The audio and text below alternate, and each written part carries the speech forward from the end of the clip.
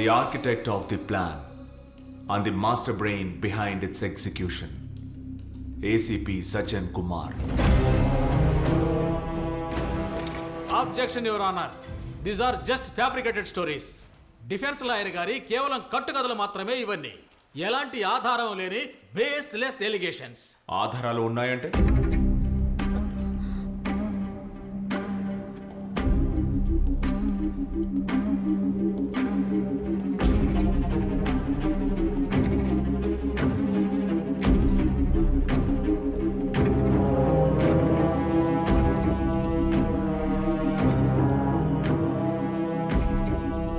everything was his plan.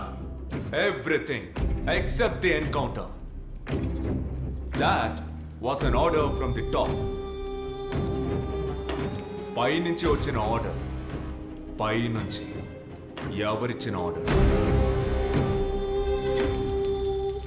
చివరి క్షణంలో మీరు ఈ మాట అనడం this is absurd. I'm sorry సజన్.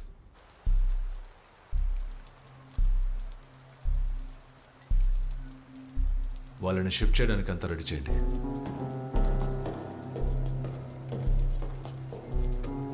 ఏమయ్యా వాళ్ళని ఇక్కడ నుండి షిఫ్ట్ చేయమంటున్నారయ్యా? ఎవరిని సార్? ఎవరినా? ఓయ్ ఆ నలుగురినేనయ్యా. వెంటనే బండి రెడీ చెయ్యి. సార్ మన వ్యాను సర్వీస్కి వెళ్ళింది.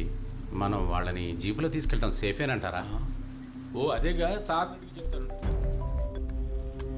సజన్, సార్ డిఐజీ కాల్ చేశారు. ఈ కేసు నుండి తప్పుకోమన్నారు. మరి ఇప్పుడు డిఐజీకి హోమ్ సెక్రటరీతో ఫోన్ చేయించింది నేనే. ఆ తర్వాత ఏం జరగబోతుందన్నది ఏది ఆయనకి తెలీదు. Finish them off. Sorry sir. I said shoot all. Sir మీరు అనుకున్నట్టు మీడియా కవరేజ్ పబ్లిక్ సపోర్ట్ ఇప్పుడు మీకు ఉంది. ఇక కోర్టు నుండి ఒక ఆర్డర్ వస్తే సరిపోతుంది. అది వచ్చేస్తుంది.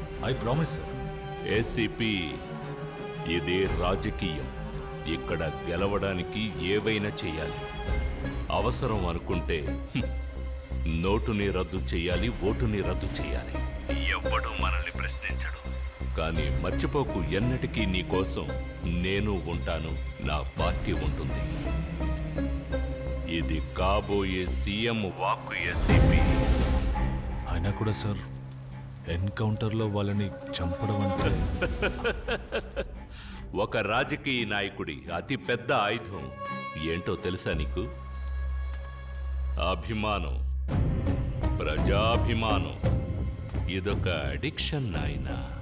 వాళ్ళ ఆలోచనల్ని, తెలివితేటల్ని, నిర్ణయాల్ని మార్చుకునేటప్పుడు వచ్చే మత్తుందే, ఆ మత్తు గనక తడకెక్కితే ఆ తర్వాత వాళ్ళు కేవలం కార్యకర్తలు కాదు, భక్తులైపోతారు.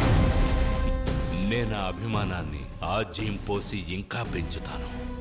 వాళ్ళు జరిగినవి మర్చిపోతారు. వాళ్ళ అభిమానాన్ని ఉపయోగించుకొని పవర్ని ఈజీగా చేజిక్కించుకుంటాను.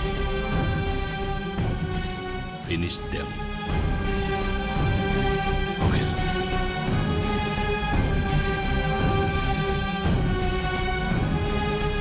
సార్ ఎన్కౌంటరా? పైనుంచి ఆర్డర్. బండి తీయండి. సార్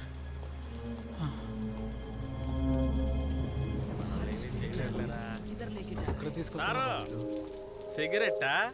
కాల్చండి కాల్చండి. నేను అడిగితే ఎవరు?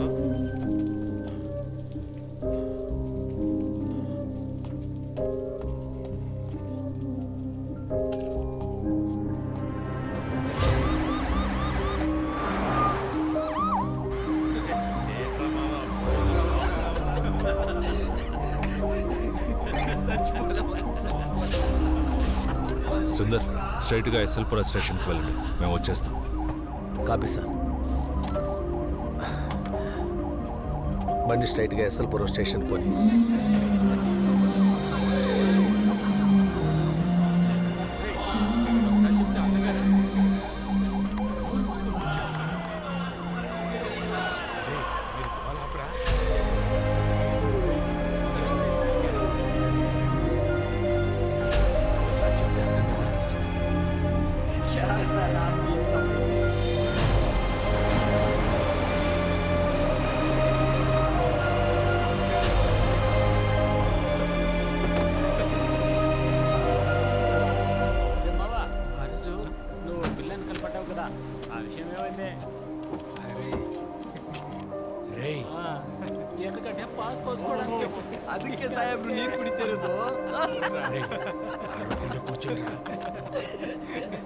మూర్తి వాళ్ళని కిందకి దింపు.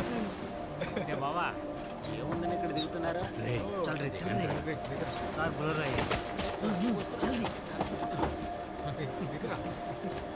क्या सर रिलैक्सेशन का मूड है क्या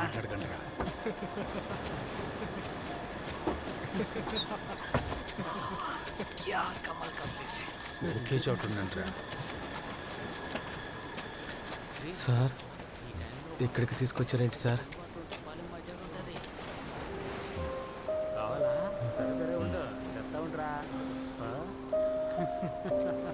ఏంట్రా నువ్వు? సరే సరే.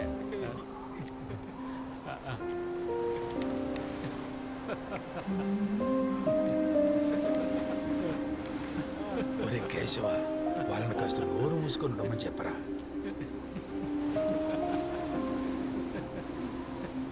अभी जाएगा ना वो नया स्टेशन, वो भी अच्छा रहेगा.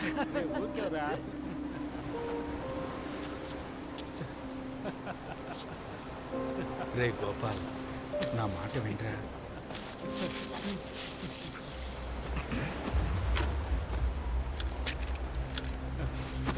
ఏంట్రా? రే చెప్పేది కాస్త అర్థం చేసుకోండిరా. అవునరా.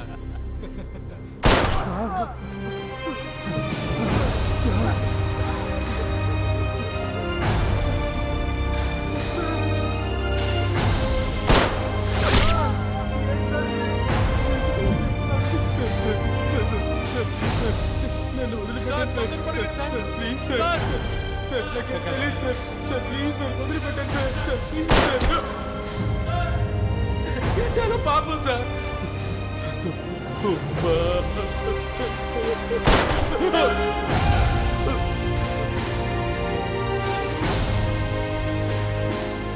I'm sorry sir.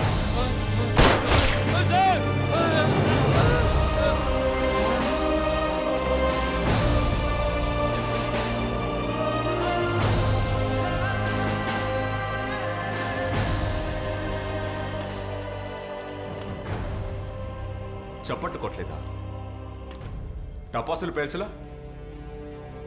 Facebook, Instagram, Twitter వీటిలో పోస్ట్ చేయలా? ఏ ఆధారాలు లేకుండా వాళ్ళది చెయ్యాలి. ఏ కారణాలు తెలుసుకోకుండా వాళ్ళని శిక్షించాలి. ఏ కోర్టు వద్దు, ఏ చట్టమో వద్దు, వాళ్ళని చంపాలి. ఆ నలుగురిని చంపిన తర్వాత మీరందరూ దాన్ని సంతోషంగా కొనియాడారు, కానీ న్యాయాన్ని కాపాడాలనే ఉద్దేశం మీలో ఏ ఒక్కరికి లేదు. It's because you wanted them killed. Already ఇంతకంటే ఎక్కువ దారుణమైన హత్యలు చేసిన వాళ్ళు ఎంతో మంది మన మధ్య ఉన్నారు, కానీ ఎవ్వరు వారిని తాకే ధైర్యం కూడా చెయ్యలేరు. కానీ ఏ కారణం లేకుండా ఈ నలుగురిని చంపొచ్చు. దానికి కారణం వాళ్ళ ఐడెంటిటీనే.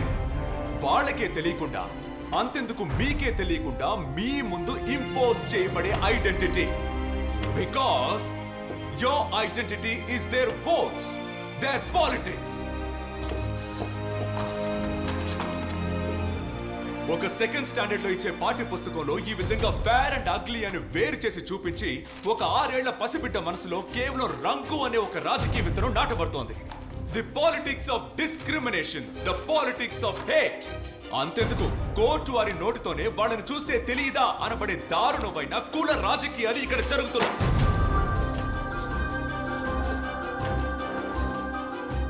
ఓ నలుగురిని బట్టలు ఊడదీసి నడి రోడ్లో కొడుతున్నారు. కానీ అది జరిగేది బీహార్లోనేగా.